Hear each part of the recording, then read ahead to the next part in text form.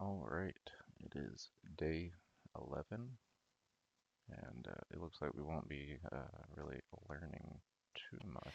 Hey, it's Angela here. Hang on now. Yeah, it looks like we'll just be working through this blackjack game project for the whole day. So guess we'll go ahead and get started. Congratulations on making it through the first 10 days. Today, I've got something very special lined up for you, our first capstone project. Today, we'll challenge you to apply everything you've learned so far into one big project. You're going to need to dig deep and apply all your Python skills for this capstone project. But by the end of the day, you'll have built an awesome blackjack game to enjoy. This is probably going to be one of the hardest things you'll build yet, but at the same time, the end result is also going to be the most fun. The final project you're going to be building is Blackjack. And if you head over to 247blackjack.com or search for any other free online blackjack game, you can hit play and you can click deal for the dealer to give you some cards. The game is really simple. Essentially, you're trying to get as close to 21 as possible, and all of the cards which have a jack, a queen, or a king count as 10. So you're adding these two cards up. 5 plus 10 equals 15, and you're trying to figure out if you can risk getting another card. So I'm going to click hit, and I'm going to get one other card, but that takes me over 21, and so the dealer wins. So this is the game that we're trying to create. This is what your version of Blackjack is going to look like. Now the user interface is a little bit simpler, but it's just as fun to play with. So our first two cards are a 9 and a 10, and it also shows us one of the computer's cards. Now I'm already on 19, 10 plus 9. I'm close to going over 21, so I'm going to type N and end the game right there. I end on 19, the computer ends on 18, and because 19 is greater than 18, that means I win. Have a go at playing the final game, but once you're ready, head over to the next lesson so that we can actually build this game ourselves. For all of that and more, I'll see you on the next lesson. This Have doesn't fun. seem bad at all. Alright, let's talk about the mechanics and the program requirements for the blackjack game that you'll create. For those of you who are not familiar with the game of blackjack, also known as 21, I'm just going to spend a few minutes to go through the rules with you. I say that now. Blackjack is a game that's played using cards. And the goal of the game is to add up your cards to the largest number without going over 21. If the cards in your hand add up to more than 21, then it's called a bust, and it means that you lose immediately. And it doesn't matter how much you've gone over 21, as long as it's over 21, then you lose. Now, the way that the cards are counted is that all the cards from 2 to 10 count as their face value. So a 6 is a 6, a 9 is a 9, etc. But the jack, queen, and king each count as 10. And the other special card is the ace. Now, the ace can either count as a 1 towards your total, or it can count as an 11. And depending on whether if you've gone over 21 or whether if you're under 21, you can decide which value you want your ace to represent. Let's play a sample game. Let's say that the dealer over here got a 10 to begin with, and you got a queen, which also counts as a 10 to begin with. So these are the first cards that are dealt, and both of these cards are revealed. And then the dealer deals another card to each of you. Now the dealer's second hand is concealed, so you can't work out what their total is. But you can see your own card. So at the moment, we don't know what the dealer has. It might be 10 plus anything. But we know that our score is 13, 10 plus 3. At this point, you might ask the dealer for another card. So now you have 3 cards, and luckily it adds up to 20 without going over 21. But there is also a possibility that you might have gotten a card that would have pushed your total over 21, at which point you now lose. And it doesn't matter what the dealer has in their hand, you've already lost because you've gone over 21.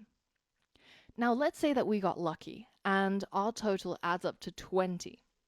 Now at this point, we say we don't want any more cards and the dealer reveals their hand. If, like in this case, they end up with 20 and we have 20, then we end up in a draw. So whenever your score equals the dealer's score, then you will draw rather than win or lose. Now, if on the other hand, the dealer ended up with an ace, which we know can count as an 11, and they actually scored higher than us, they have 21 and we have 20, well, in this case, we would lose. Now, the rules also state that if the dealer ends up with a hand that's smaller than 17, so 16 or under, then they must take another card. Those are the basic rules of Blackjack. But I recommend that before you get started, head over to the link that's in the Blackjack starting file and have a few games of Blackjack, just so that you can see for yourself how it actually works and how you win and how you lose. And then head over to the final version of the completed project and play our simplified version of Blackjack. This way, you'll see what the end result is that you're trying to create, and it will be easier when you're creating the code yourself. Now, as I mentioned, we're going to try and keep our version of Blackjack a little bit simpler, and we're going to assume a couple of things. The first thing is that the cards that we're starting with comes from this list. You'll notice that I've got 2 through to 10 all represented in the list. And then I've got Jack, Queen, and King represented as 10s as well. So this means that the 10 has 4 times the probability of occurring compared to the other cards. Now the ace is going to start off being represented as 11, and it's going to count as 11 until the user goes over 21. Now finally, we're going to assume that we have an infinite deck. So it means that when a card is drawn from the deck, it's not removed from the deck. Whereas in a real casino, they have maybe 6 or 8 decks of cards. When a card is drawn, then there's less probability of that same card occurring again. And this is how professional card counters, the people that the casinos hate the most, actually go about trying to optimize and improve their chances. But in order to keep things simple in our game, we're not going to deal with things regarding probability or removing cards from the deck. We're going to assume that each of these cards in the list have equal chance of occurring. If you head over to the Atbury Blackjack starting project, you'll see each of these rules written out in more detail. Take a look at it so that you're aware what our house rules dictate. Now, if you scroll to the very top of the Blackjack project, I've given you 4 tracks. So just as when you start a video game, you have the choice of normal, hard, extra hard, or expert, it's the same in this project. You can limit yourself to using only 1 hint if you are at expert level in Python. You can only use hint 1 and 2 if you want an extra hard challenge and maybe a little bit of a cry at the end. There's also hard and normal. So I'll leave the choice up to you. And if you scroll down, you'll find all the hints listed in here. Now, I recommend everybody, no matter your experience, everybody should try out the Blackjack game and also look at how the final project is supposed to work. But then I've got other things such as a list where I've broken down the program requirements. You know how we always say when you have a big problem, always try to break it down into smaller pieces. Now you can, of course, create this list yourself by exploring the game, exploring the final project, and then writing your own to-do list of things that need to be coded up. Or alternatively, you can look at the one that I've created inside Hint 2. Inside Hint 3, I've created a flowchart for you, which takes the to-do list and breaks it down into a flowchart where you can look at the logic in more detail. Spoilers. Now, of course, as always, it's a good idea to create your own flowchart using a tool like draw.io or using a piece of pen and paper. But if you need help, it's there for you, and you can download the PDF and read through it. Now, the rest of the hints will go through how to solve this project in even smaller bite sized chunks. Depending on your own level of Python at the moment, choose your own difficulty level. But I just want to say before you get started that this project is difficult. And I wanted to give you a bit of a challenge and to push yourself so that you get stronger. But there will inevitably be moments where you will have doubt and you will be wondering, what am I doing? I don't understand anything. And in this moment, I want you to look yourself in the mirror and tell yourself that you got this, you can do it. And that remember that I'm here rooting for you. I believe you can do it. You've got everything that you've learned so far will enable you to do it. There's nothing new in this challenge. You just have to put all the pieces together. You have to push through the difficult parts and maybe sleep on a problem and think about it and then come back to it. But I believe you can do it. Once you're ready, pause the video, head over to the starting project and give it a go. And once you're satisfied, then head over to the next lesson and I'll walk through the solution with you.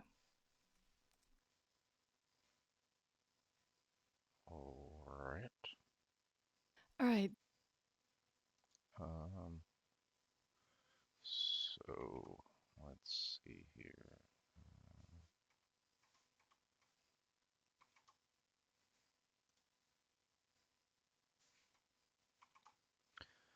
Alright. Let's actually go to the correct project. Um, and only use hint one. I believe that was the demo. So I do want the demo for reference. Um, but I think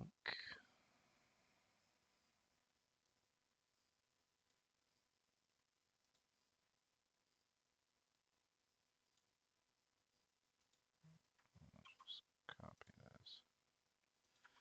Do one of these right there.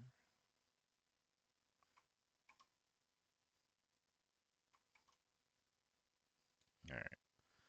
Do you want to play a game of blackjack? No. Alright, cool. So we're going to need everything is going to be within one loop while uh, play game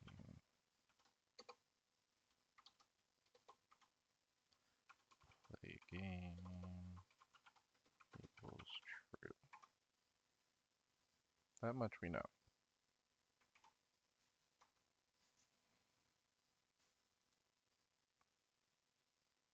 Yes. All right.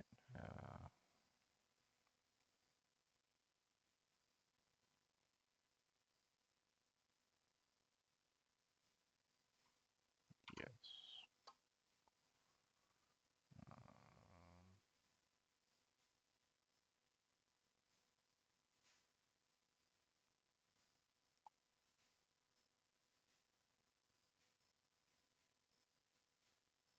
Sure. Naturally. Okay. So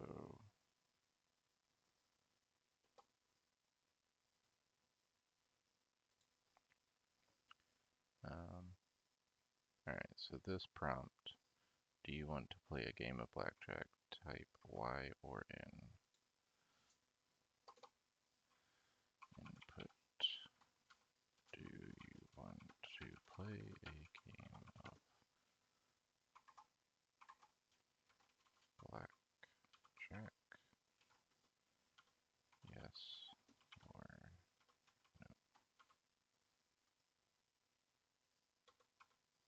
is that? It's on the same line, but we can be a little different here. Um, play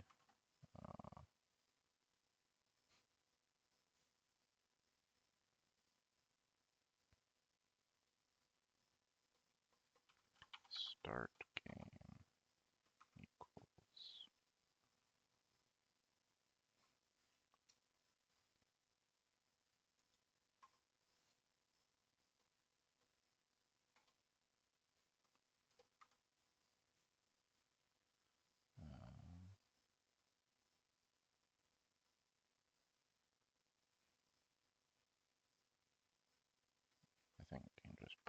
together. And from here, if start game is equal to yes,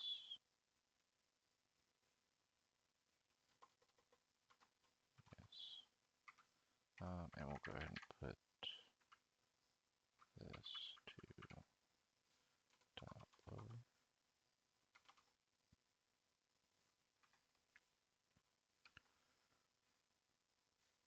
We'll put our game loop.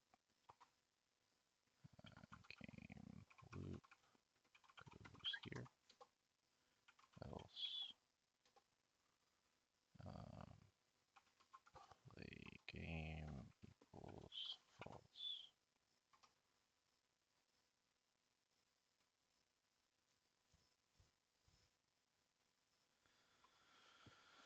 Okay.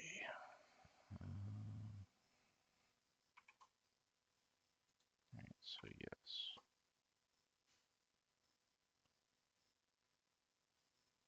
Alright, so then we're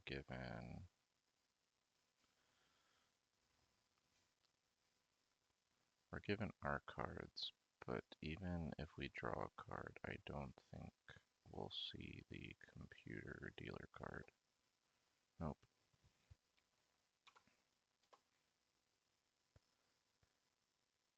Huh. Okay.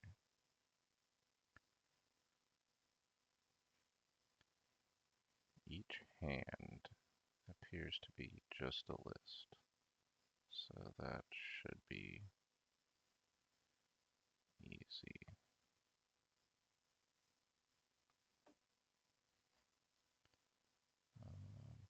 We're definitely going to need random. Import random. We're also going to need from art import logo.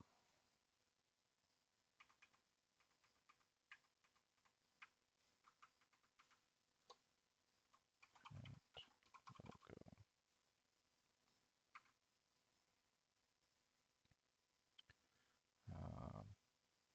We're going to want a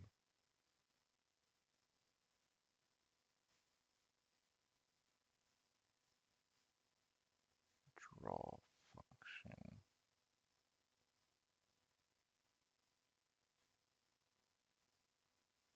Right.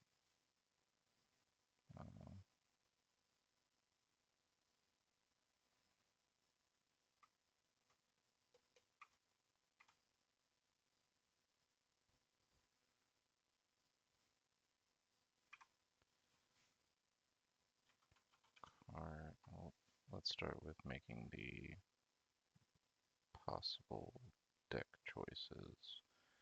Card options equals, and this is a list.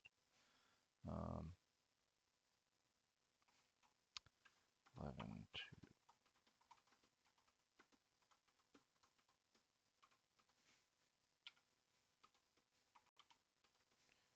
the Jack, Queen, King. And apparently my dog really wants to be let inside. We'll be right back.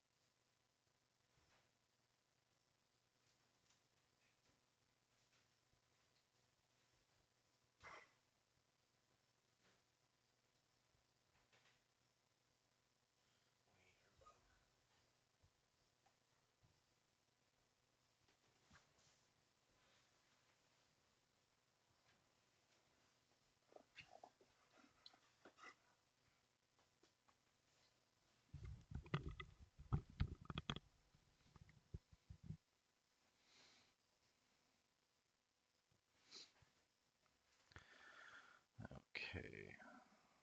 10, Jack, Queen,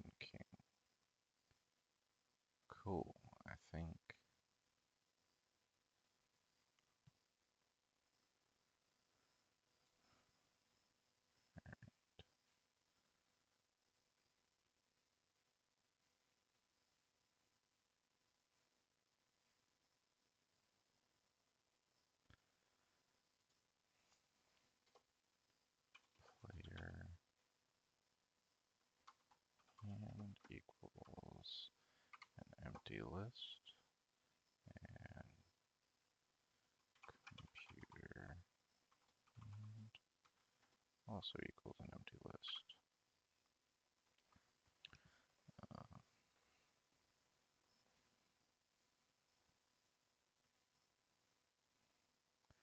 Now we need to write like a draw function, I'm thinking.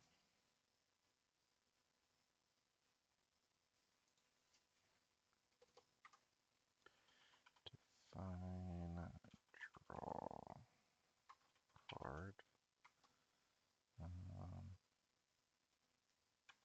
Player uh,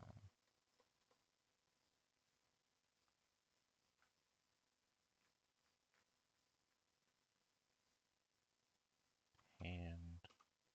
That'll be the either the player hand or the computer hand, and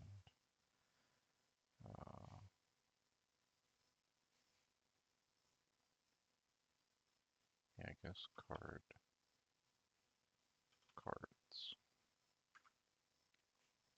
which means we will need to move this up so that we can actually find it. Um,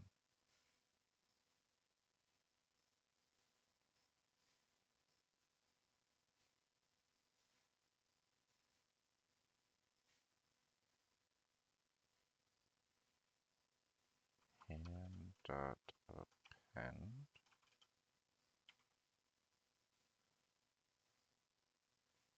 random dot choice cards.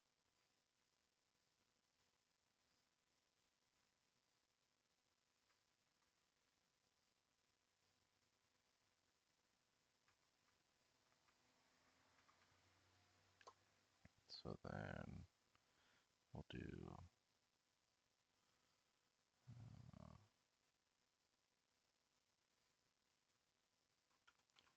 for I in range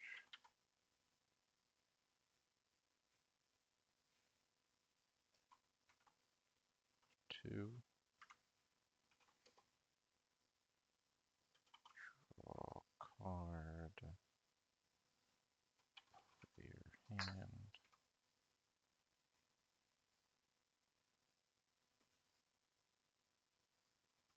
card options.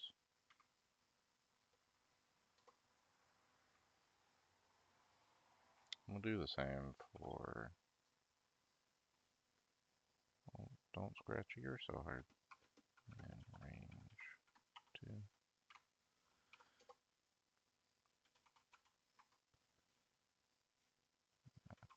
Computer hand.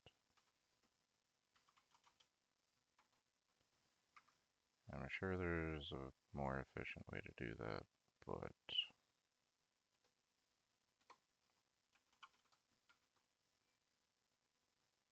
um, then we'll just go ahead and print player hand.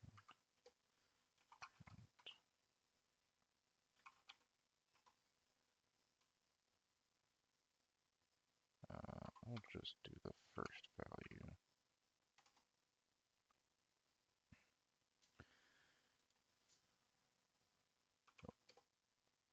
Alright, well that worked. Yes.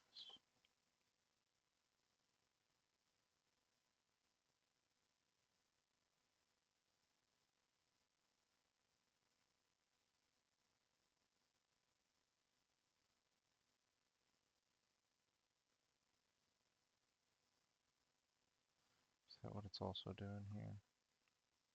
That's exactly what it's doing there. It's printing out the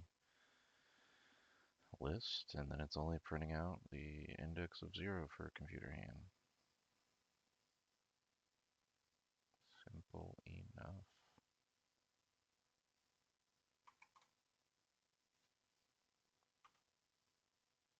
Um, no. Cool. Alright, so it's printing out your cards.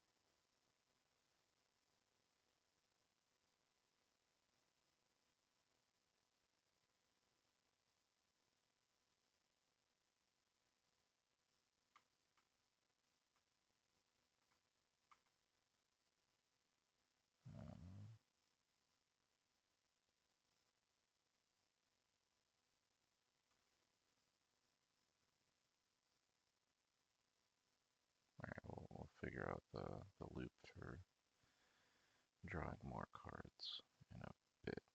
Right now, we just want to get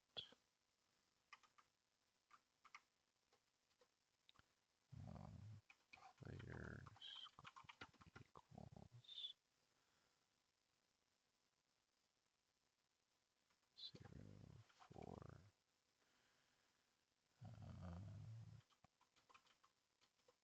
card in player hand,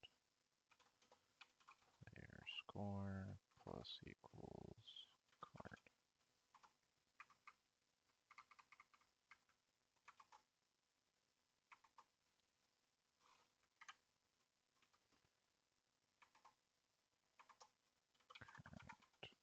Score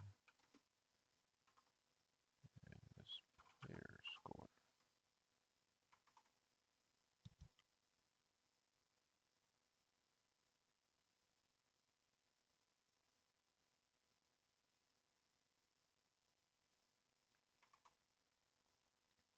Alright, I think that that'll do for the first.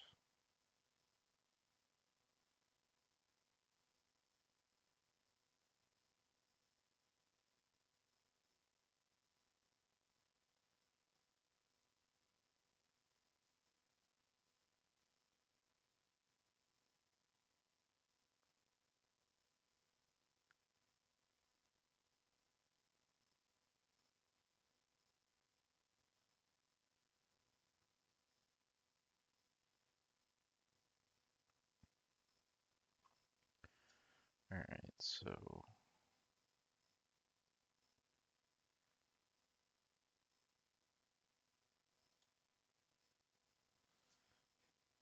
now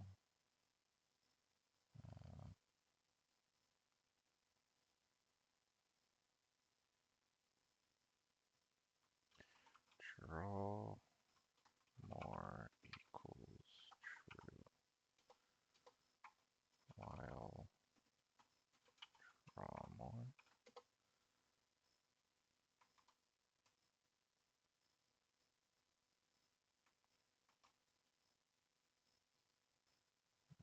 Input type Y to get another card. Type and to pass.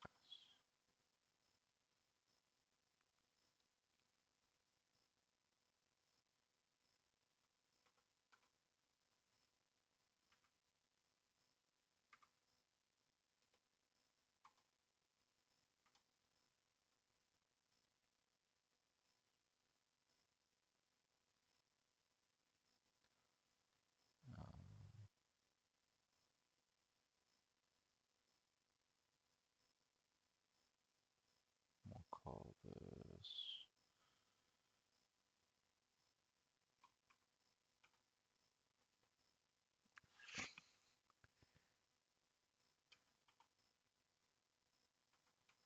draw again. So that's a lot of similar name stuff to keep track of. If draw again equals Y,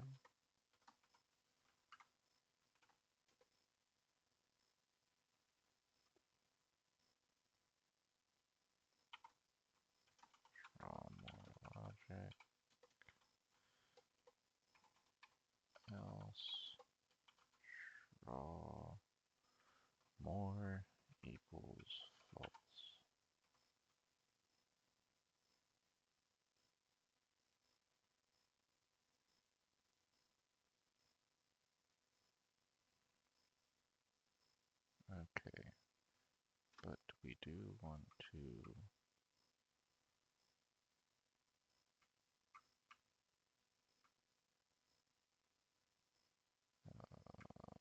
dot lower.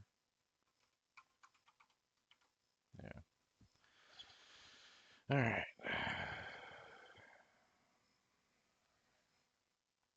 Let's look at this.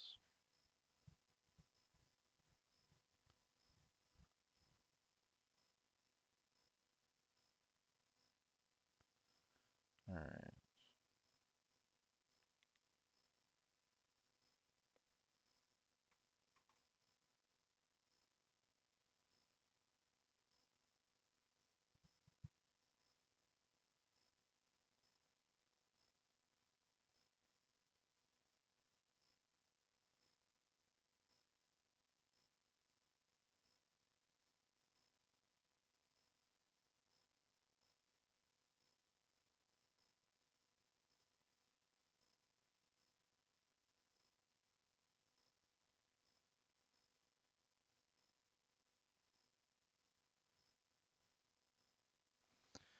This is quickly getting becoming a lot.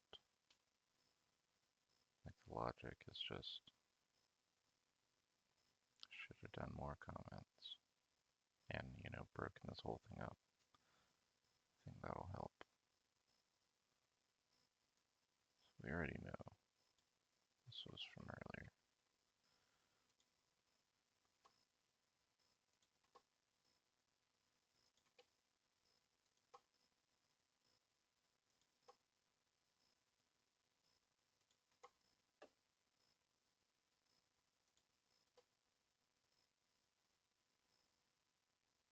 Maybe that helps. I don't know.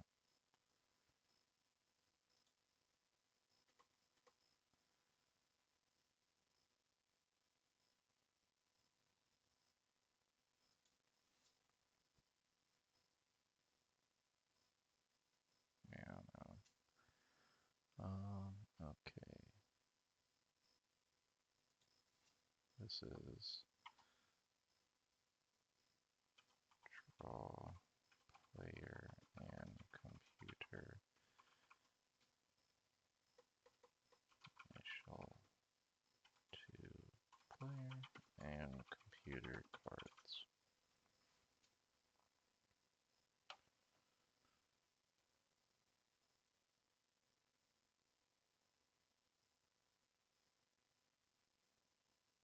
Um,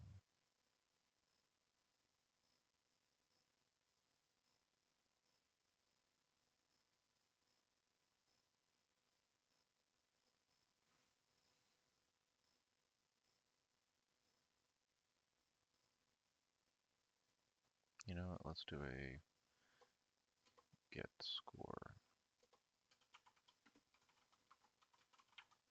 and we'll do hand, and then we'll also do. Actually, no. Yeah, we just need the hand. Um, for each card and player hand.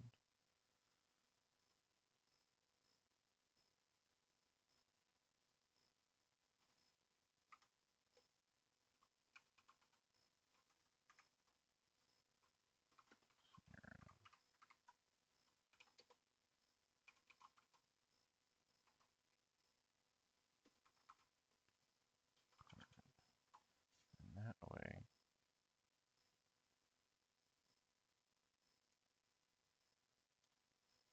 we can eliminate this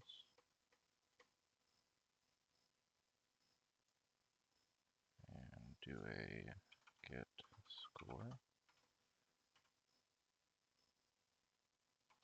Ooh, that reads so much better. I like that.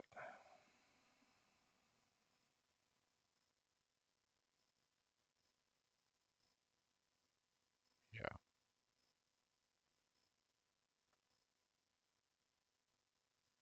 Okay.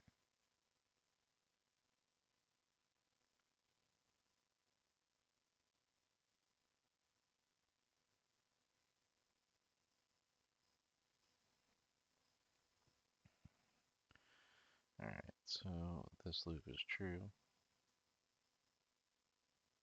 Well,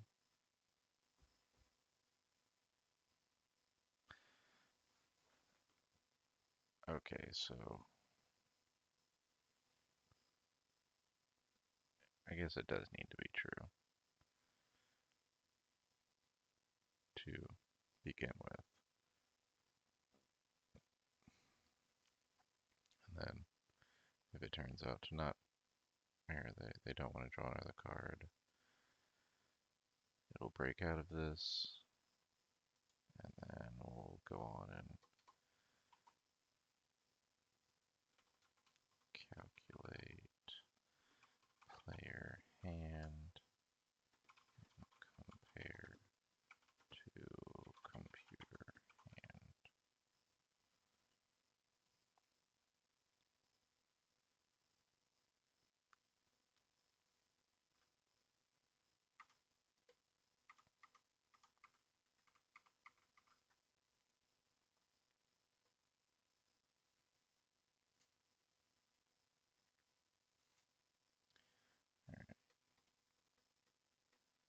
Um,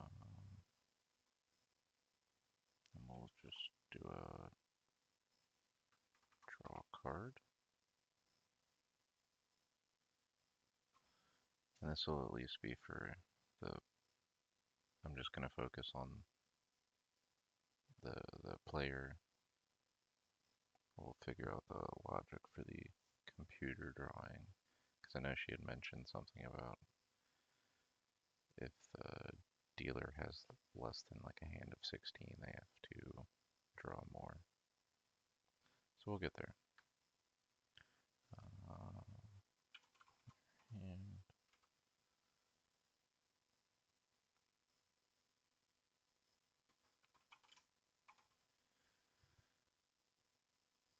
And it is it does feel a bit unnecessary to put the card options.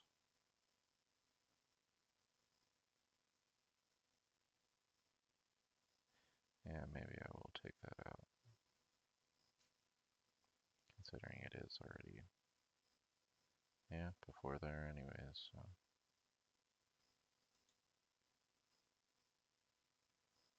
Yeah,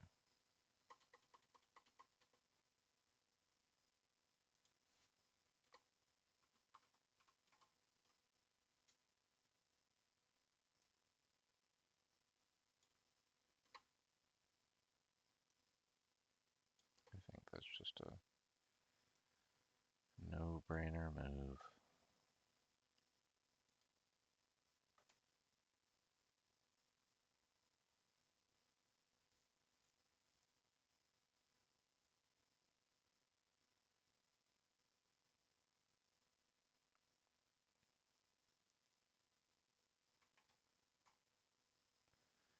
Alright,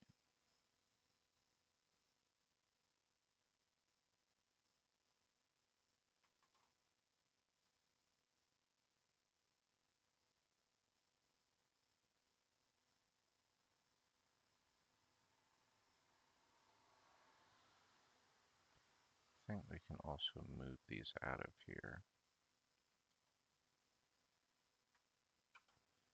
That way, we could do a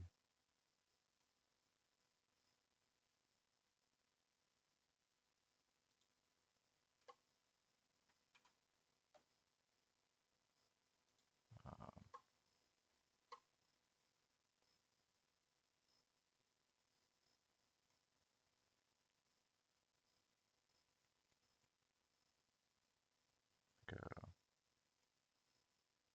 what am I thinking of? I don't know. There's a lot of logic going on. I need a drink.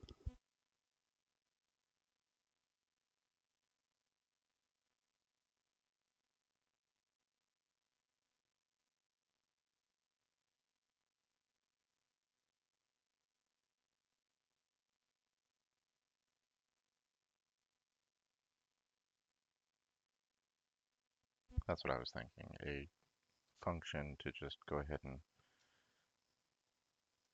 print this statement instead of having to type it out every single time.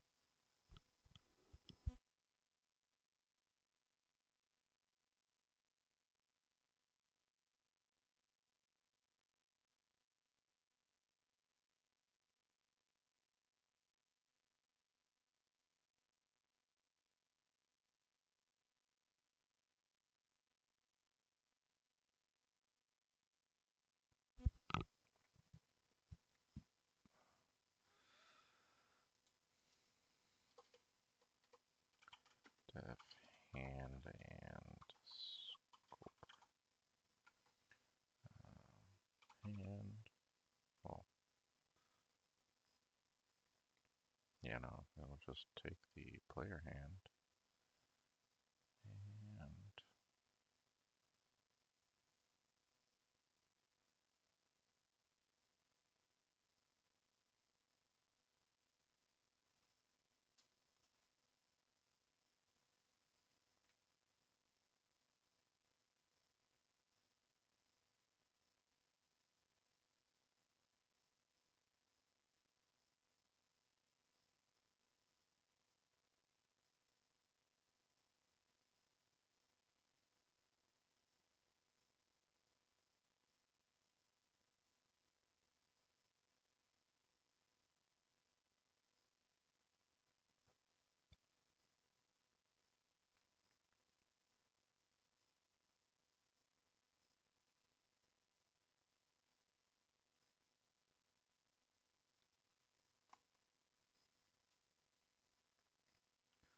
um,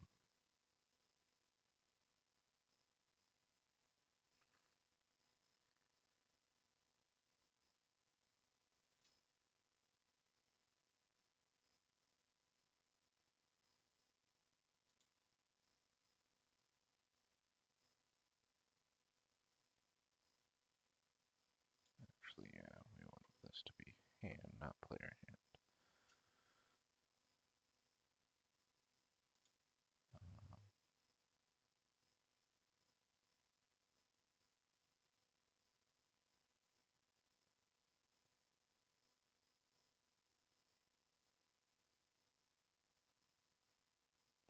I'm really,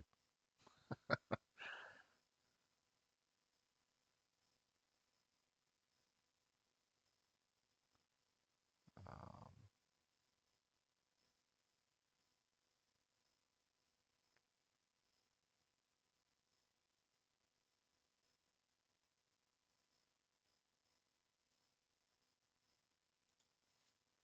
does this work?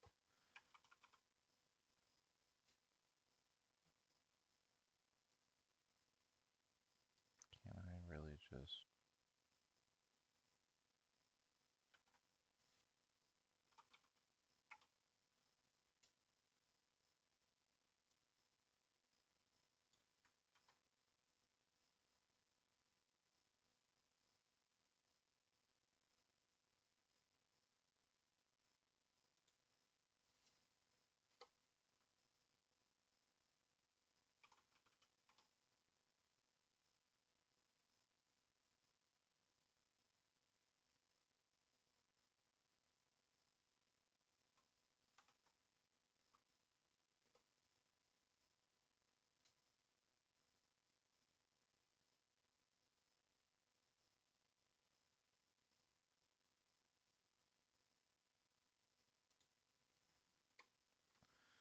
I see.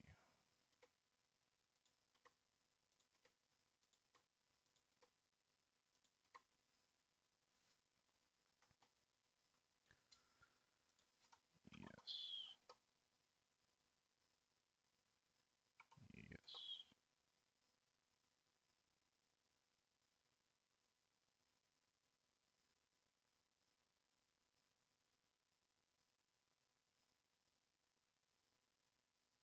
Current score equals none.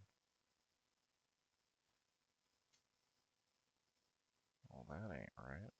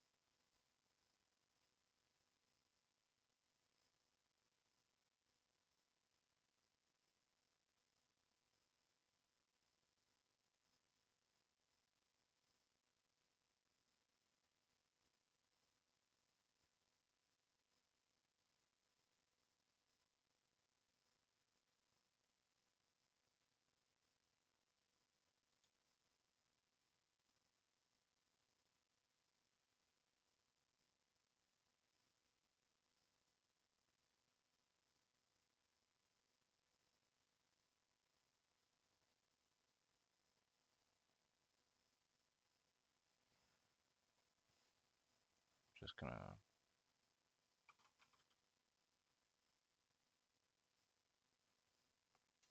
try that. We'll do player hand. Do hand.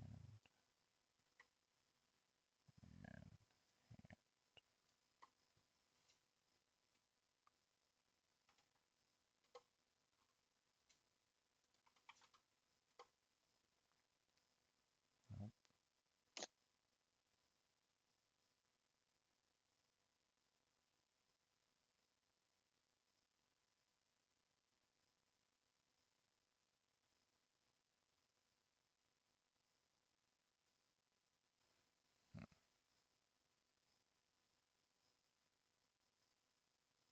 Oh, because it's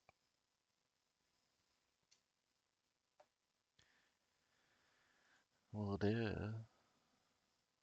Need to return, you silly goose. Player score.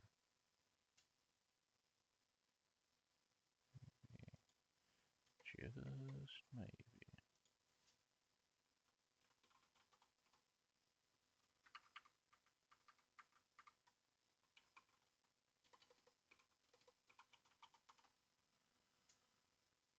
And we'll take this back out. Alright, try this again.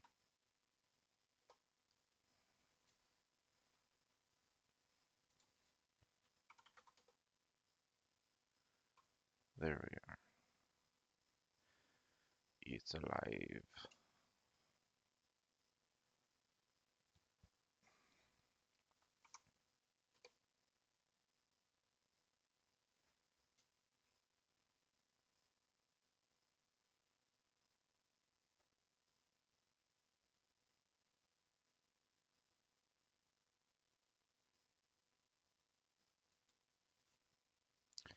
Alright, now if get score greater than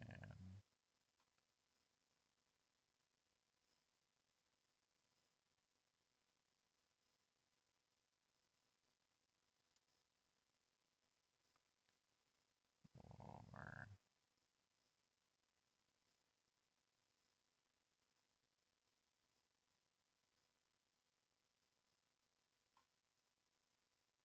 well, yeah, if it's greater than 21,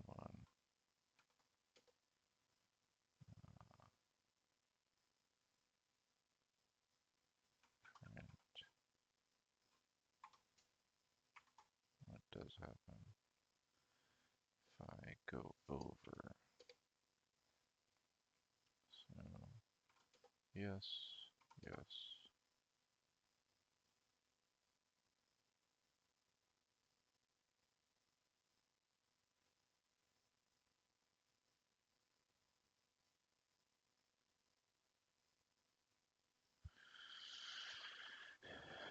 Well, that okay.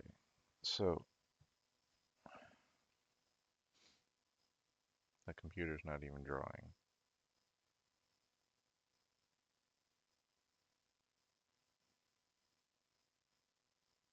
until I finish drawing. I mean, I guess that makes sense, but in real world logic, all right. Anyways,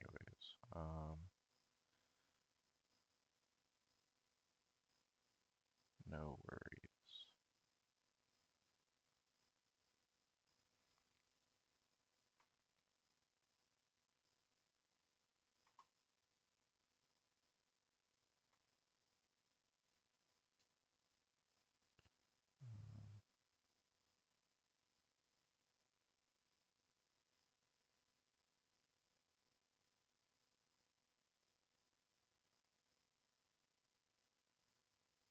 We're basically gonna I'm not going to do a function for this. We're basically going to print the same thing here, but instead it's your final hand.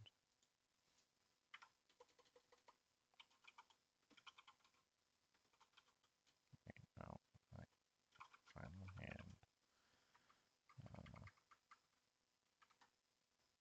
Final score, right? Yeah.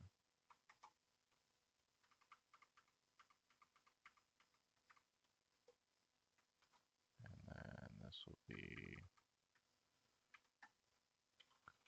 computer hand.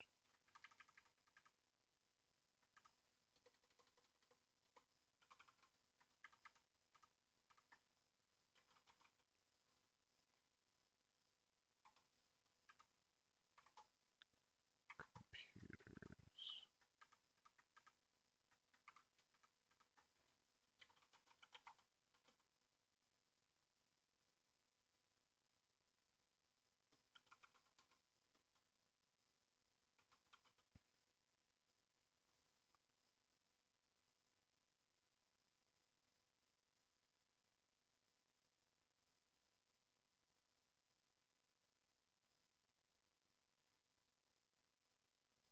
But does it, I guess maybe it does that every time.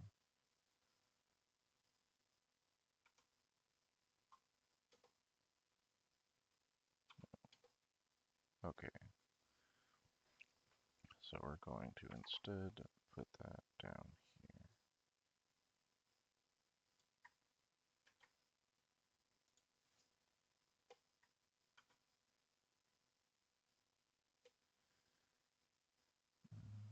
here.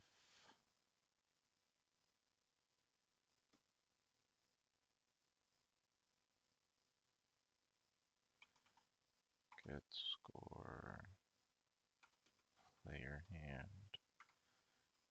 is greater than 21, print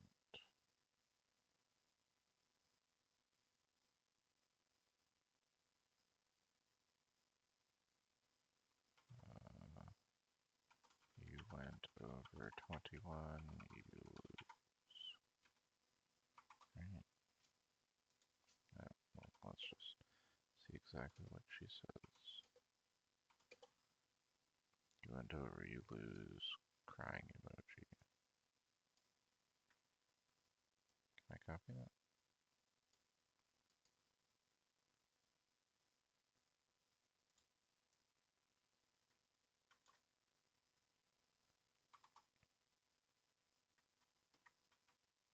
Hey, okay.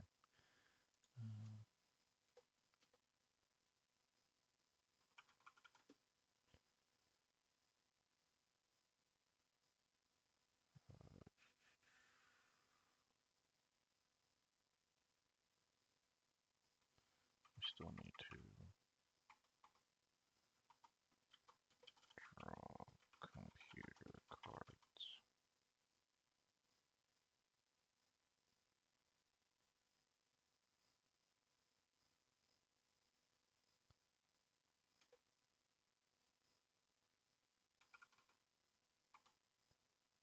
Well, get score computer hand is less than 16. Draw card.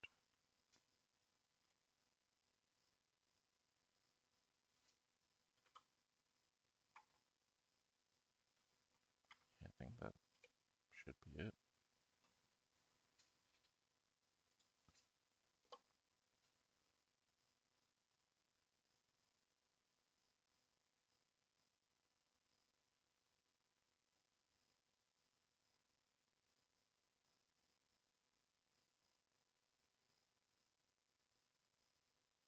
I mean, like, I know that they put this, like the computer. Uh,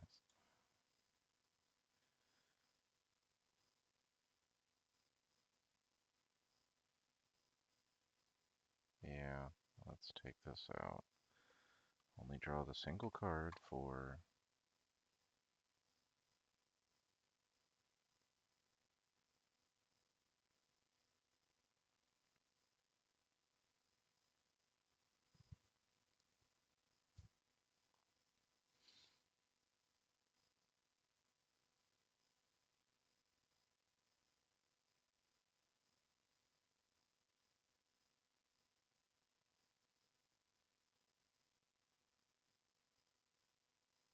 Okay, fine, I guess. I get it. We want this. Honestly, we'll just do an entirely separate.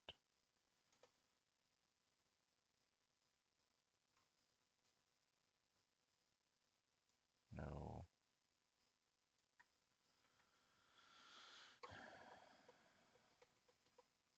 Because if I draw the computer cards too early, then I guess there's like the potential for those to go over 21, and then we both go over 21, which like really doesn't matter because if I go over 21, I'm gonna lose, but I don't know. I just think it would be better to put these here.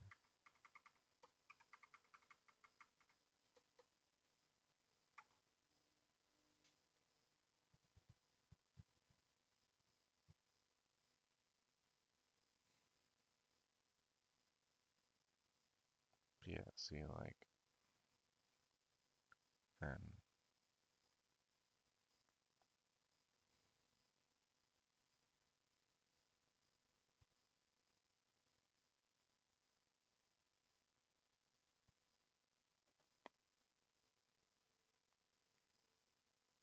I mean,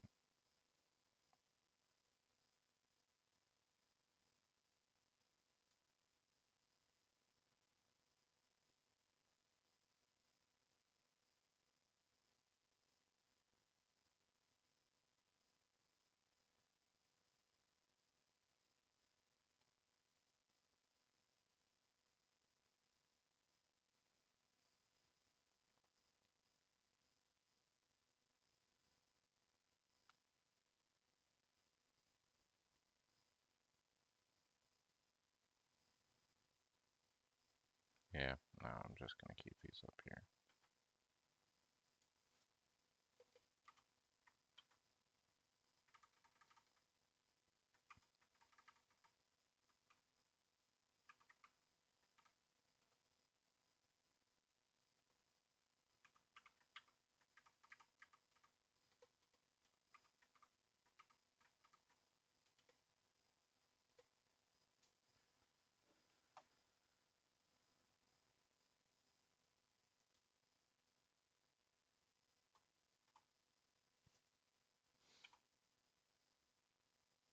And then we'll compare.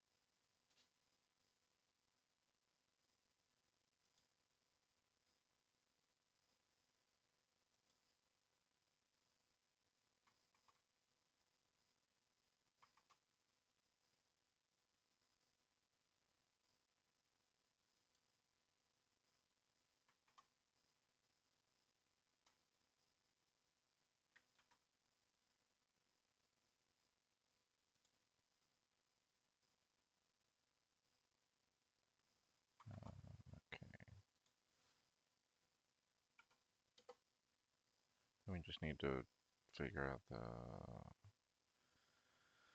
output for if we just straight up win and if we just straight up lose.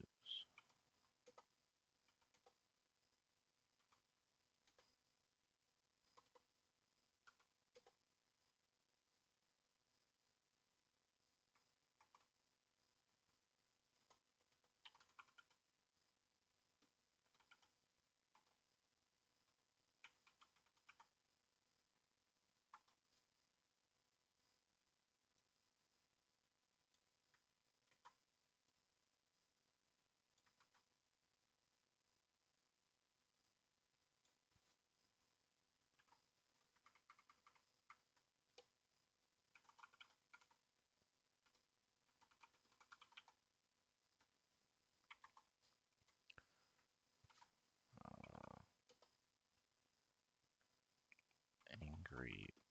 Exhale. Breathe. Face with steam from nose. How could I forget?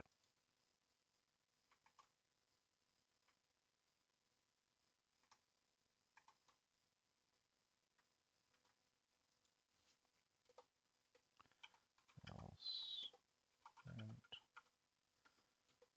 you win. Now I just have to win the game. Of course.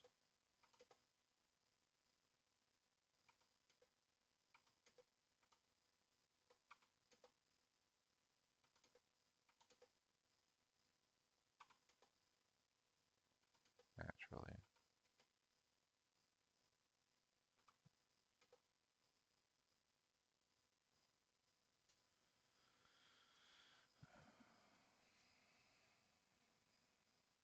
Open mouth smile emoji.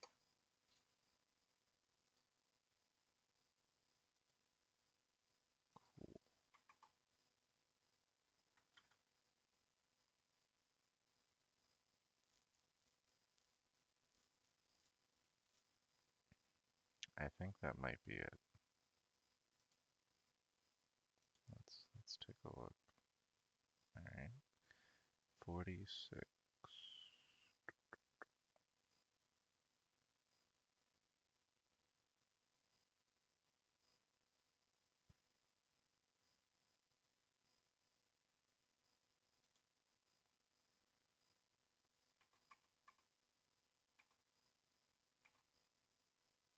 You're right. That wasn't it. Alright.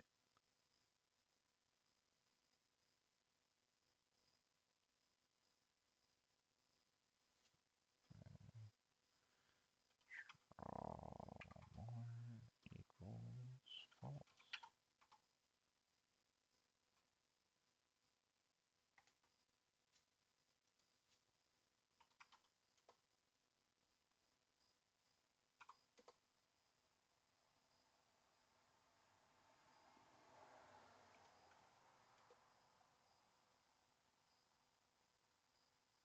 Hmm.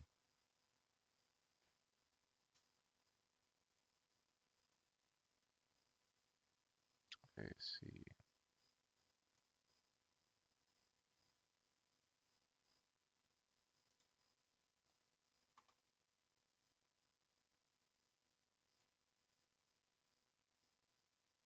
You just need to clear that up then.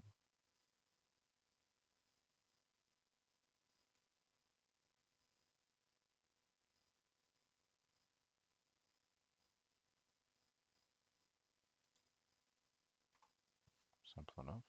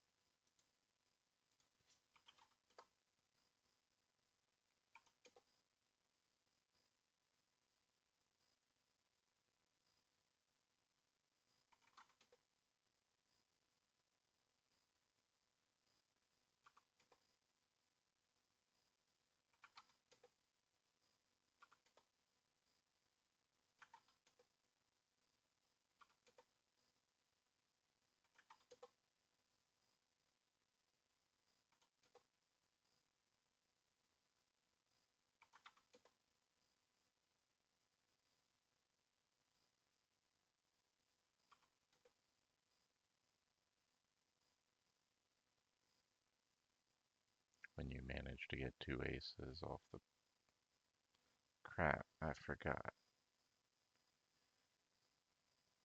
I forgot that logic. Um,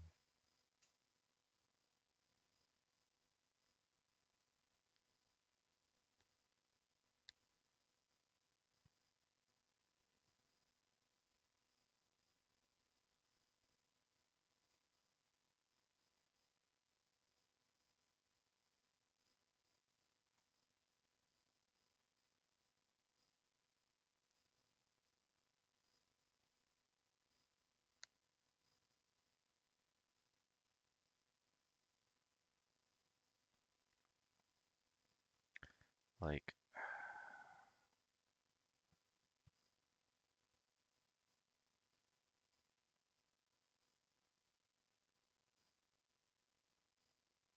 I forgot all about aces.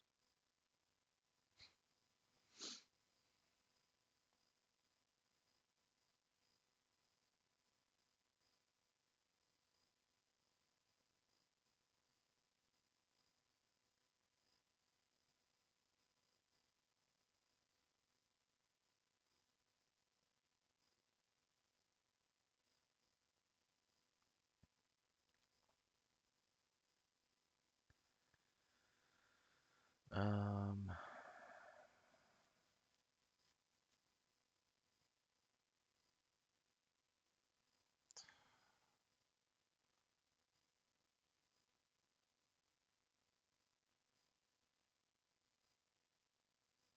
I mean,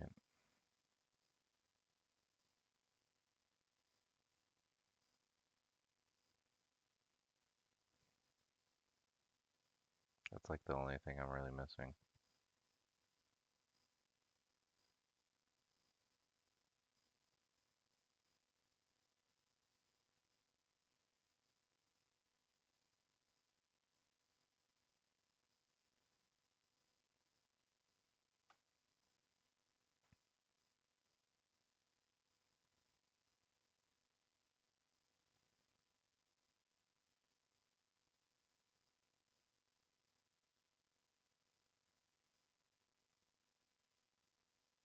I don't know.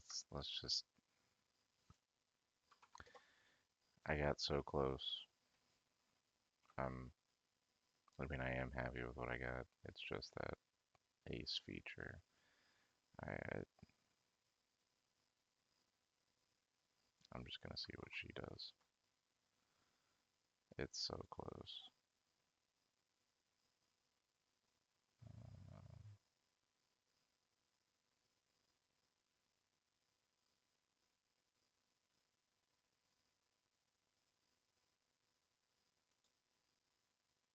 So, how did that go?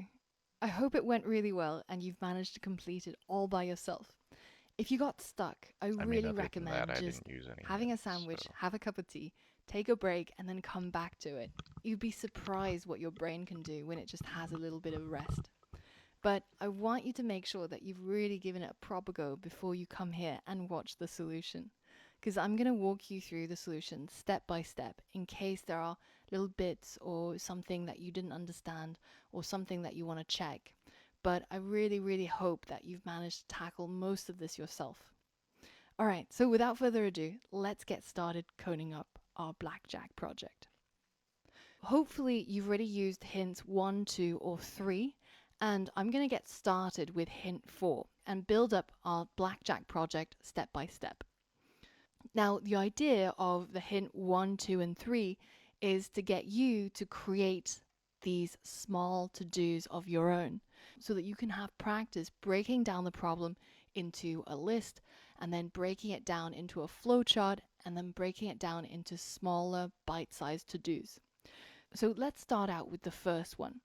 We have to create a deal card function that uses the list below to return a random card. And 11 is going to be the ace in this deck. So let's get started, and we're going to go and create our deal card function. Now, this function is going to contain these cards. So I'm going to go ahead and paste it in, make sure it's indented so it's inside the function. And now I'm going to use these cards to randomly pick one out of this list. So to do that, we can of course import our random module. And then I'm going to use random.choice to pick a random card from my list of cards. And then this, of course, has an output, this random.choice. So I'm going to save that output, namely the random card, inside another variable called card. And then finally, we're going to return this chosen card as the output. So that's step 4 done. Now let's move on to step 5. So we're going to deal the user and computer 2 cards each using the deal card function. And very helpfully, the hint tells us that we can start out with a blank user card and a blank computer card list. So we basically just have to add 2 cards to each of these lists. To do this, I'm going to use a for loop, and I'm going to use the range operator to run this for loop twice. So you've seen this syntax before when we talked about for loops, and I've got an underscore here because we don't actually need this particular variable. All we need is for this loop to run twice, and this code is going to achieve that. Every single time this loop runs, we're going to get a new card by calling deal card. Now remember that deal card has an output. It outputs a random card. So if you want, it's actually quite helpful to add some documentation to this. So we could say returns a random card from the deck. And now when I write deal card, you can see that the doc tells me that this function is going to return a random card from the deck. So that random card is going to replace this function call, so we can capture that data by storing it inside a variable. So we'll call that new card and set it equal to the output from the function deal card. Now the next thing we're going to do is we're going to add this new card to the user's cards. So at the moment it's an empty list, and all we have to do is say user cards dot append, and then the object that we want to add to that list is going to be the new card. Now some of you might be tempted to instead use the plus equals. You might want to write something like this: user cards plus equal new card. And I want to show you what actually happens when you run this, because this is a really common error. We get a traceback and we get a type error.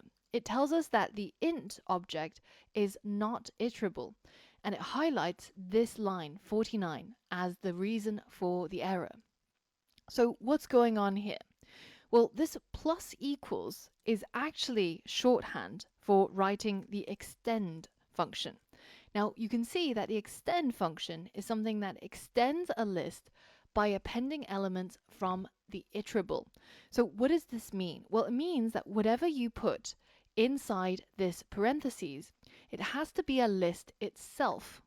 For example, if this new card was a list of cards, so maybe just the first dealt card and another card, or even just it by itself inside a set of square brackets, which turns it into a list, well then if we run this code right now, we no longer have any errors.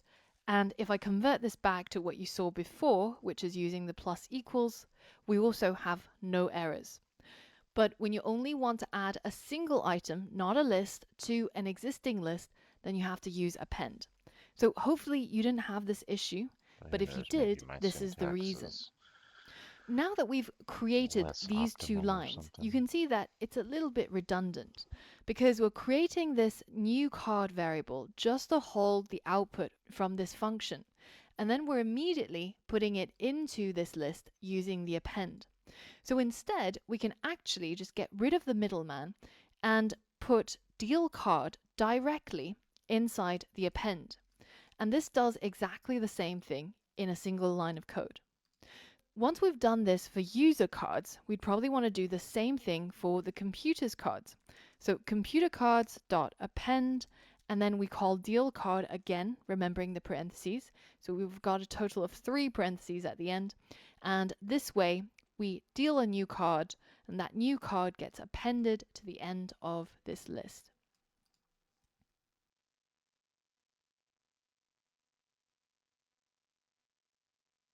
That if we get stuck, we can look up the sum function. Alright, so now let's tackle hint number 6. We're going to create a function called calculate score that's going to take a list of cards as an input, and then it returns the score after calculation. And it tells us that if we get stuck, we can look up the sum function to help us. So let's create a function called calculate score. And this calculate score is going to take some cards as an input. And then inside the body, it's going to calculate the total of all the cards in this list.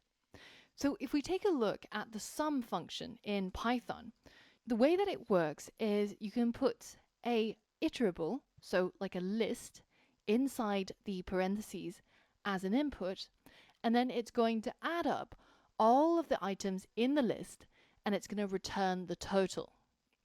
Back in our code, we can simply write sum, and then inside these parentheses we can pass over the cards and we can return this value as the output. Basically, if we had cards equal to a list with 1, 5, 3, 4, then this sum function is going to end up being equal to 1 plus 5 plus 3 plus 4, which is going to be equal to 13. And then that will become the output of this function. So now let's move on to hint 7. A blackjack only happens when we have a hand with only 2 cards. And those cards have to be an ace and a 10 value card. In our deck, we know that an ace is represented by 11, and we have a number of 10 value cards. So there's a number of ways that we can check for this blackjack. One of the ways is by checking to see if the 11 is in our deck of cards. And then we can combine that with an and to check if the 10 is also in our deck of cards. And finally, we can check to make sure that we've got a hand size of 2. So we can check that the length of our cards is equal to 2. And this would represent this logic: a hand with only 2 cards, an ace, which is represented by 11, and a 10. Now, on the other hand, we could actually also simplify this, because a hand with only 2 cards that must contain an 11 and a 10, we can, instead of checking for both 11 and 10, we can check to see if the total, so if we summed the cards, and if this was equal to 21, then it would be exactly the same thing, right? 10 plus 11 is 21, and we've still only got a deck of 2. In this case, what we want to happen is we want to return 0 instead of the actual score. So this way we can indicate that the user or the computer has got a score of blackjack. That's hint number 7 sorted. Let's move on to hint number 8. It tells us that inside calculate score, we should check also for an 11, which is an ace. If the score is already over 21, then we should remove the 11 from the cards and we could replace it with a 1. Because remember that an ace can count as an 11 or a 1. So in the beginning, when the user's score is very small, then we probably want to count it as an 11. But once the user goes over 21, then we probably want to change it and count it as a 1 instead, Okay. so they don't go That over makes and they sense. don't lose. Let's first write the if statement. So if there is the 11 inside our deck of cards, and the sum of the cards, so the total score, is already over 21, then we want to do Alright, something alright, about but it. And the hint tells us to look up the append and remove functions. you doing So we've okay? already seen the append function many times, and we know that it just adds a single element to the end of the list. Now, the one that we haven't used a lot of is the remove function. And this will search for the first instance of the given element and removes it out of the list. This is kind of what we need to do. We need to go ahead and remove the 11 from the list of cards. So we can write cards.remove, and inside the parentheses we use the 11, and then we do cards.append so that we end up adding a 1 instead of the 11. This way, we remove the 11 and replace it with a 1. And hopefully our cards will now take the user to below 21.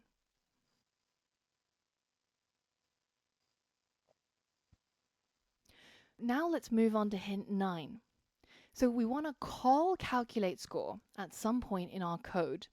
And if the computer or the user has a blackjack, or if the user's score is over 21, then the game is going to end. This might be a good time to start tidying up our code a little bit, because we've got our function over here, the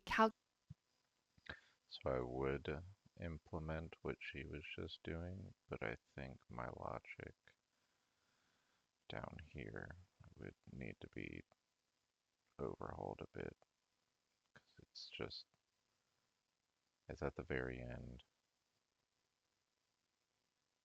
and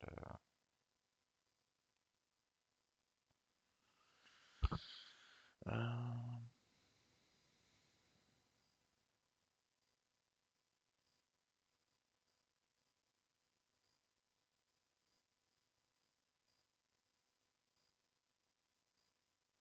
right,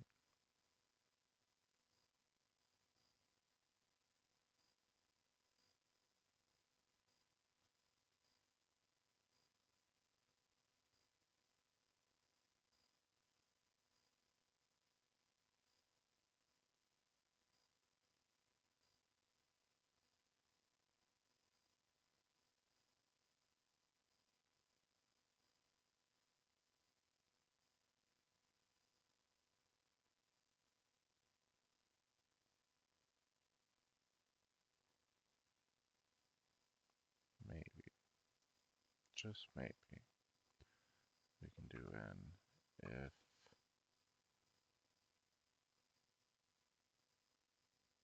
11 in player hand,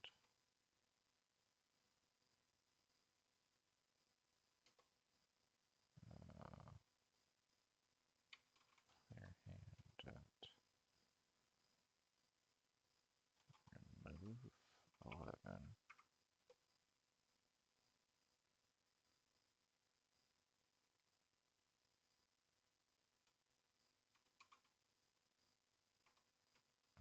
pinned 1 else. That might work. Might just work.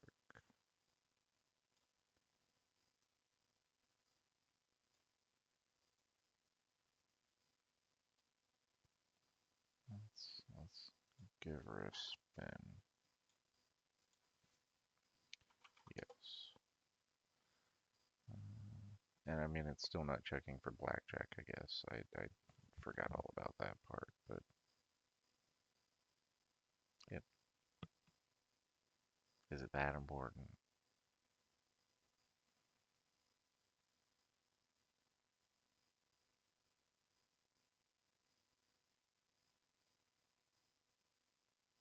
I, I, I guess I can still implement that real quick. You're right.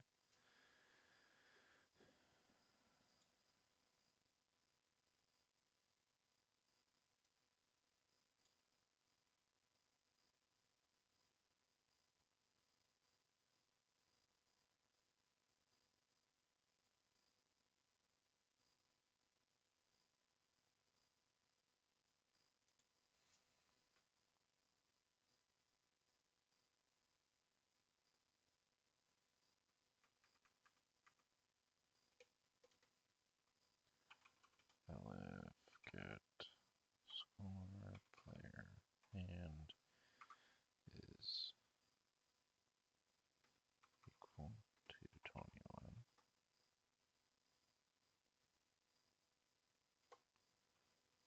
Draw more equals false. I'll go down here.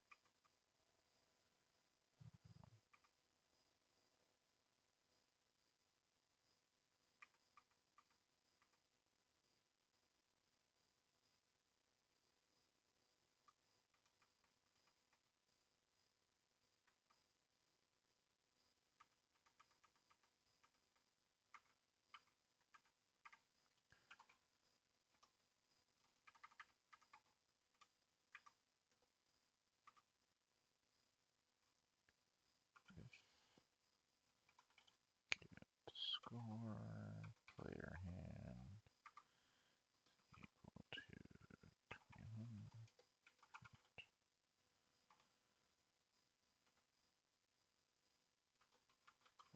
Jack, you win.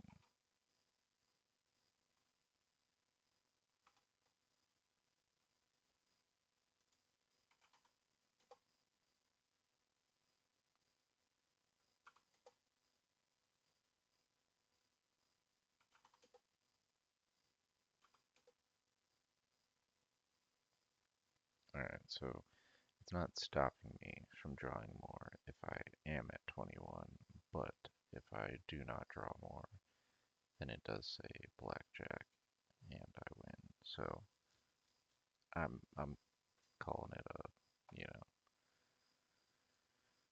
she works. Looks looks good to me. Calculate score function. And remember that you can only call a function after it's been declared. So for example, if I wanted to call this function over here, then I actually can't. I can't say calculate score because it hasn't yet been declared. So instead, what I'm going to do is I'm going to take this function and I'm going to move it to where we dealt our cards. So now that I've moved my function to above the line where I want to call it, it's now become valid code. And this is the place where I want to call it because it's only after I've dealt the user and the computer some cards can I actually calculate their scores. Firstly, I want to calculate the score using the user's cards.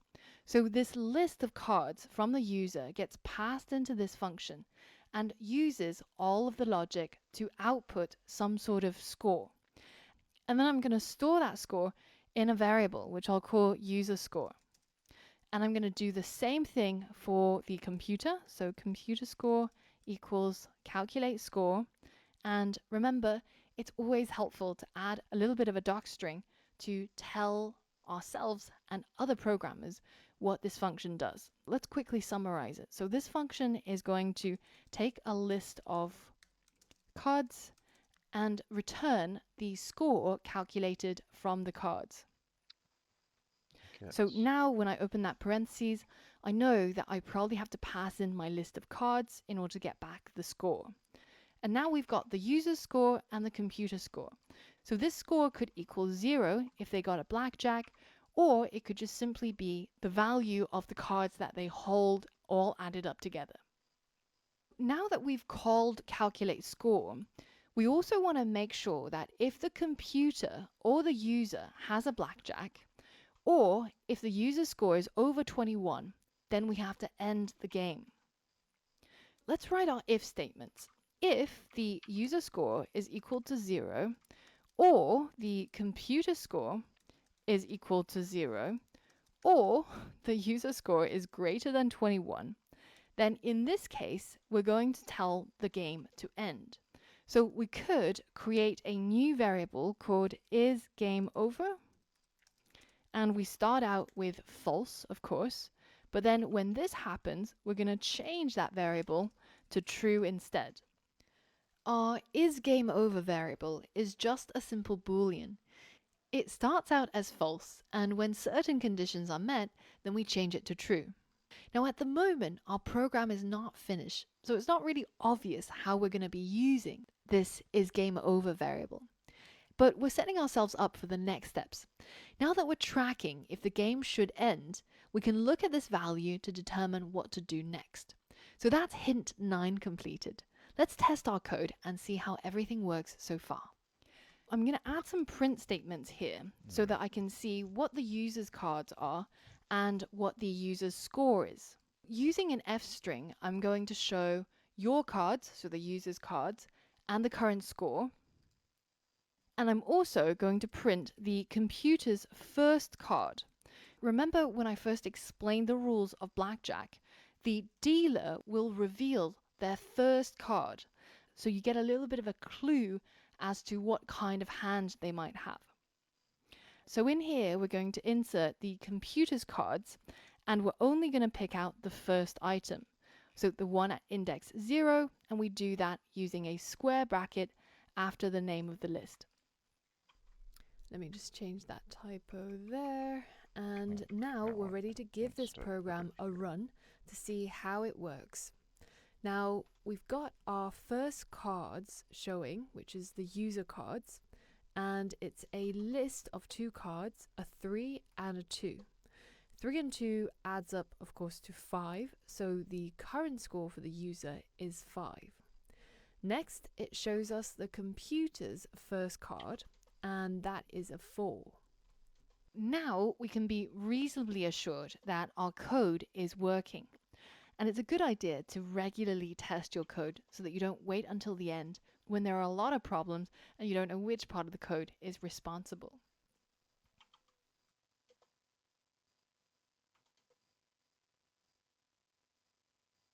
Now let's move on to hint number 10.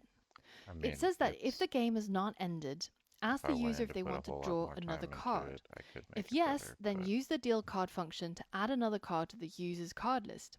If no, then the game has again ended. Over here, in the if statement, we can add an else, because if the game hasn't ended, as in they haven't gone over 21 or nobody's got a blackjack, then we're going to ask the user if they want to get another card. I'm going to use a input and I'm going to ask the user to type Y to get another card, otherwise type N to pass. And I'm going to save this input inside a variable, which I'll call user should deal. Now we can check to see if this variable is equal to Y. Well, in that case, we're going to add another card to the user's card list by doing the same thing that we did in the beginning, where we dealt 2 cards to each player, by saying user cards dot append, and inside the parentheses, the thing that we want to append is the output from deal card. So just a quick check to make sure you've got all the parentheses there, right and here. then we're ready to address the else. If they didn't type Y, then that means they don't want another card.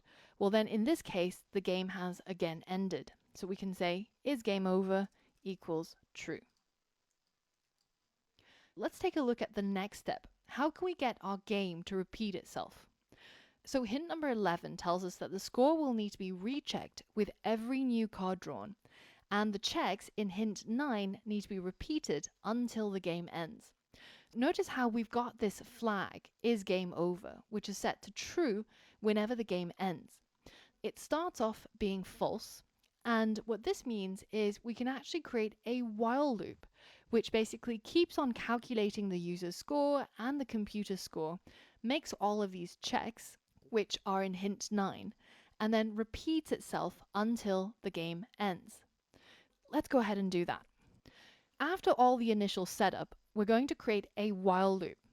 And the while loop is going to be active until the game is over. So we can say while not is game over, then go ahead and carry out all of these instructions. So calculate the user score, calculate the computer score, check that nobody's gone over 21 and nobody's gotten a Same thing. blackjack. And if the user wants more cards, then they should. If they don't, then the game is over. So let's go ahead and run and test our code. You can see that the first 2 cards we get are 10 and 5, which makes up a score of 15. So 15 is kind of nowhere near 21. So let's go ahead and type Y to get another card. You can see that our while loop is active and it goes back to getting another card. And we end up with 10, 5, and 10, which unfortunately means that we're over 21 and so we lose. But if I tried this and I typed N, then you can see the game ends immediately. That worked perfectly. So now let's go back and tackle the next part. Hint number 12 says once the user is done, it's time to let the computer play. The computer should keep drawing cards as long as it has a score less than 17. So the while loop is responsible for dealing with when the user wants to keep drawing cards.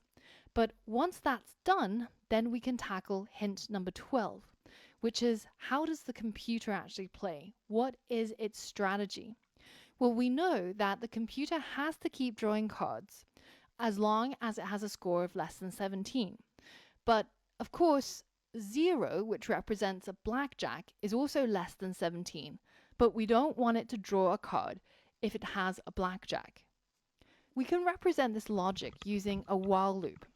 While the computer score is not equal to 0 and the computer score is less than 17, then in this case, we want to keep drawing cards. we're going to take the computer's cards and we're going to use the append to add a card by dealing another card to the computer. And then we're going to recalculate the computer score so that it updates and this while loop is evaluated on the latest score. So the computer score is going to equal calculate score using the computer's cards. And that means that the updated computer score is equal to the return value from calculate score. Now, one thing you'll notice here is that we've got a warning underline for the computer score. And when we hover underneath it, it says the name computer score can be undefined. So what does it mean here? Well, notice that we first define this variable computer score inside this other while loop. Now we're hoping that hopefully this happens first, and by the time we reach line 46, we already have a value for computer score. And this will happen in pretty much all cases. But just in case there is a glitch and there is no value for computer score, or even in the case where this entire while loop is skipped, then this computer score will be equal to undefined. It won't actually exist. That variable won't have been created for us to check whether or not if it equals to 0 or if it's greater or less than 17. So how can we fix this? Well, right up here where we've got our user cards and computer cards, where we defined all of our empty variables, we should go ahead and define this computer score right here. Now, we can't set it to equal 0 by default because that means blackjack in our game. So let's set it to a number that we, when we test our code, will know for sure there is an issue. Let's set it to a negative number. So notice how as soon as I've got that variable defined somewhere outside of the while loop, this warning now goes away and it will always have a value, even if it is a value that signifies there's something wrong with our code. And that will help us debug as well. Now you'll notice that we've actually got a similar situation with the user score. The user score is only defined inside this while loop, so it's created as a variable here and only assigned as a variable here. And in future, if we want to use it, we also need to do the same thing. So let's just also create a user score and set it to -1 as well. So now that we've completed hint number 12, it's time to move on to the next video where we're going to go through the final hints.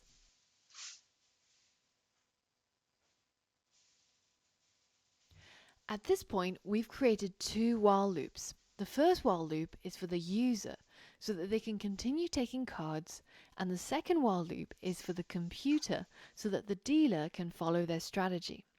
Now it's time to tackle hint 13, where we create a function called compare. We pass in the final user score and computer score, and then we compare the scores to see who has won, who has lost, or if they have a draw. So remember that in order to call a function, it has to be declared before the line we want to use it. So let's go back up and let's add our compare function here. This compare function is going to take the user score and also the computer score, and it's going to compare these two scores. If the user score is equal to the computer score, then we said this should mean that it's a draw. So we'll return some sort of message that represents this.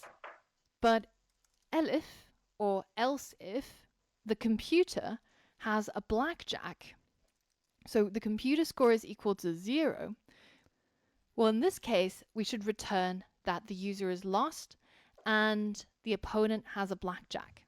And then we go through this list and we add in all of these other conditions. So I'm going to speed it up a bit. Now for the final condition, it says that the player with the highest score should win.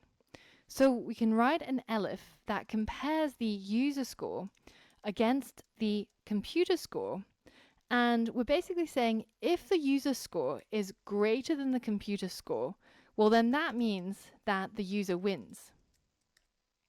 But if that's not true, and because we've covered everything else, we now have the final return, which is you lose.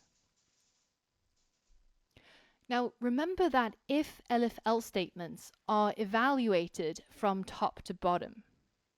Even though if the computer scores a 0, which is a blackjack, which is obviously much less than whatever score the user might have, because it's going to return at this point and it's going to exit the function, it will never get to this comparison if this is already true. If you get confused about how if, elif, and else works, especially the order in which you add the conditions, have a look back at the lesson where we talked about this in more detail. This might be a good time to revise that concept. Now, another warning that we see in our compare function is the underlines under the user score and computer score. And if we hover over them, it says it shadows the name user score from outer scope. What does that mean? Well, it means that we've decided to use the same name for our variable to be used inside our function as the name of a variable that we created outside that function. So how can we prevent this? Well, we have to rename the element as it suggests. Now, if we click on this, then it opens up the rename window, which is going to find everything that's inside this file to change that variable name.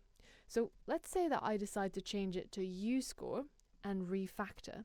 You'll notice that everywhere inside that function where I use that variable name has been renamed automatically for me. And the other variables which are unrelated to this particular usage are untouched. And this is a really nice way to rename things if you ever want to. And you can also get to that manually by right-clicking on it, refactor, and then rename. And now you can name it to whatever it is you want. So in my case, I'm just going to call it C-score for computer score. And then I'm going to hit enter and all of those changes will be enacted. But now that we've completed our compare function, we're going to use it at the end of our code here, because this is the time that the user is done drawing cards, the computer is done drawing cards, and now we can call that compare function and pass in the user score and also the computer score. So this should hopefully give us the final result as a piece of text. Let's run the code as it is and see what happens. So we start out with a 3 and a 10, making a score of 13. We can see the computer's first card is a 3, and we're asked whether we want another card. So I'm going to type Y so that we get another card and closer to 21. And now we have 3, 10, and 6, making 19. So I think I'm going to say no to pass and hope that I win. So we could probably give the user a little bit So there more is an option information, for the dealer like to go over revealing the here. final deck, what the computer got and what we got. I'm going to go ahead and create some other print statements above this one. Maybe I'll tell the user that your final hand is this, and the final score was. And then let's reveal to them the computer's score. And then finally, we can print the user score and the computer score to tell them who won, who lost, or whether if it's a draw. So in this deck, we've got 2 and 8, making 10. So I'm going to add another card. Now we're on 16, and I'm going to try and add another card again. And now I'm on 26, so the game is very much over. And it tells me my final hand has a score of 26, computer's final hand has a score of 20, and I lose. If we wanted to play another game, because we are blackjack addicts, then we want to give the user some sort of means of doing this, right? And that's what the last hint addresses. So we're going to ask the user if they want to restart the game. If the answer is yes, then we're going to clear the console and start a new game of blackjack, and also show the logo from art.py while we're at it. Let's go ahead and add a input, and we can ask them, do you want to play a game of blackjack? Type yes or no. So remember that this entire function is going to be evaluated, and the result or the output is going to replace this part of the code. So we can say that while the input is equal to y, then we're going to keep playing the game. And the game is all the code between this part where we create our empty variables and where we do our comparison. So if we actually put this inside a function by indenting it over and then creating a function here called play game, And I well get that then she's we can doing it the actually recursive call way. this function play game every time the user types y. Now, we don't want to clutter up our screen with all the previous games, so before we call play game, we also want to clear the console. And to do that, we're going to use that trick that we I saw definitely from consider previous doing it, lessons, but which is where we print the \n, the new there's line already a lot character, of and we multiply it by 20 times. And then we can call play game so that the things going code on, in this and I'm still function not gets repeated. super And like we also said that at the beginning, when we play game, familiar we're or going to show comfortable the with user recursion, so the logo from art.py. So let's go back and import that as well. So from art, import logo. And then at the beginning of every game, we're going to print our logo. That's all there is to this project. And now let's run it one final time and see the whole thing in action. Do you want to play a game of blackjack? Type Y or N. So yes, we've got our logo. And then it says type Y to get another card and type N to pass. So we're on 19. That's pretty tenuous. I'm going to pass. And I end up with a score of 19. The computer, unfortunately, has gone over 21. So therefore, I win. And we can keep repeating this to play more games of blackjack. So I hope you had fun at building this game with me. I know this was a really difficult project, and I know that some of you would have probably had some issues, but I really hope that you persevered and you got through it in the end. And through the process, you've managed to apply a lot of the things that we've learned in the last 10 days. This is a good time to review the concepts you've learned and have a think about what you might need to revise or revisit so that you're really, really strong on all the concepts and you're comfortable to continue on to the next 10 days.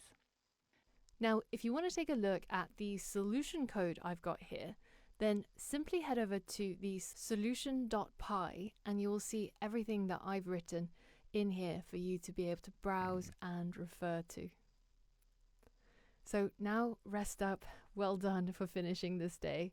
And if you haven't completed it, don't worry, there's always another day tomorrow. You can always come back. And eventually, with deep perseverance, you will get there in the end. I believe in you.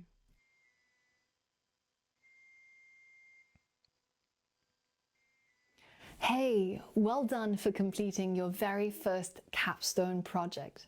Now, I know it was a difficult project, but it's meant to stretch you just enough so that you're still struggling, but you still have all the components that you need to tackle it. Now, in this project, we saw a lot of the things that we learned in the previous days being put into use, like while loops, for loops, functions, variables, everything all packaged together. Now, these are the fundamentals that you're learning in each of the days and each of the lessons, even though individually they seem very small. But when put together, you can create really interesting and really complex projects like the Blackjack project. So even though it was difficult and even though you had to stretch yourself, as long as you've got solid foundations, then you can continue and you'll be able to build even better things. So together, we're going to make sure that you have a really solid foundation before you continue, before we start building more fun projects like websites and data mining and data scraping and data visualization and all of that. So make sure that you review all the concepts that you've learned so far. And if there's anything that's not quite 100%, then just review the content, practice it a few times, and then continue, and you'll be so much better off for that solid foundation. So have a good rest, and I'll see you tomorrow.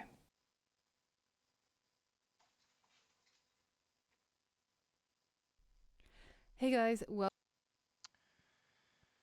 Well, all right. That was something. So.